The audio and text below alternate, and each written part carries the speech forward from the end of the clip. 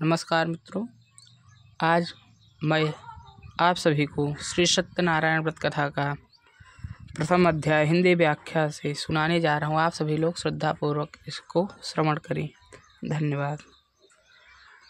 प्रथम अध्याय में श्री व्यास जी ने कहा, एक समय की बात है, नैमिषारण्य तीर्थ में शौनक आदि 88,000 ऋषियों ने पुराण वेत्ता, पुराणों की रचना करने वाले, पुराणों को जानने वाले श्री सूत जी से पूछा, हे सूत जी, इस कलयुग में वेद विद्या रहित मनुष्यों को प्रभु भक्ति किस प्रकार मिलेगी तथा उनका उद्धार कैसे होगा।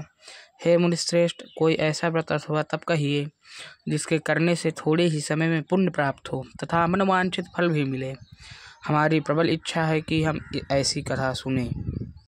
श्री सूत जी बोले, हे वैष्णवों में पूज्य, आप सभी ने प्राणियों के हित एवं कल्याण की बात पूछी है।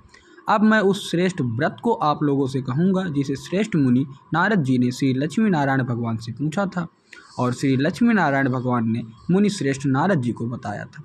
आप सभी श्रेष्ठगण यह कथा ध्यान से सुने।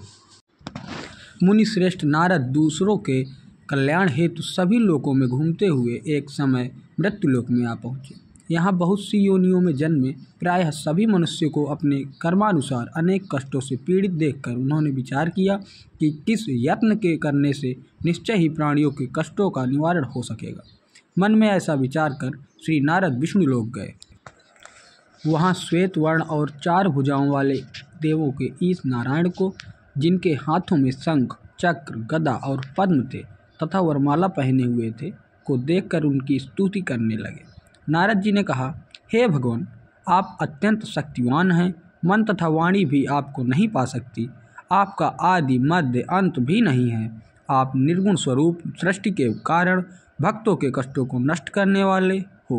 आपको मेरा सत सत नमन। नारद जी से इस प्रकार की प्रार्थना सुनकर विष्णु भगवान बोले, हे योगीराज, आपके मन में क्या है? आपका किस कार्य हेतु यहाँ आगमन हुआ है? निसंकोच कहें। तब मुनिश्रेष्ठ नारद मुनि ने कहा, मृत्युलोक में सब मनुष्य जो अनेक योनियों में पैदा हुए हैं, अपने अपने कर्मों द्वारा अनेक प्रकार के कष्टों के कारण दुखी हैं। हे स्वामी, यदि आप मुझ पर दया रखते हैं तो बताइए कि उन मनुष्यों के सब कष्ट थोड़े से ही प्रयत्न से किस प्रकार दूर हो सकते हैं।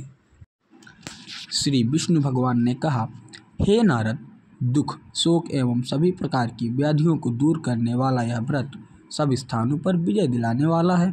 श्रद्धा और भक्ति के साथ किसी भी दिन मनुष्य संध्या के समय श्री सत्यनारायण भगवान की ब्राह्मणों और बंधुओं के साथ पूजा करें।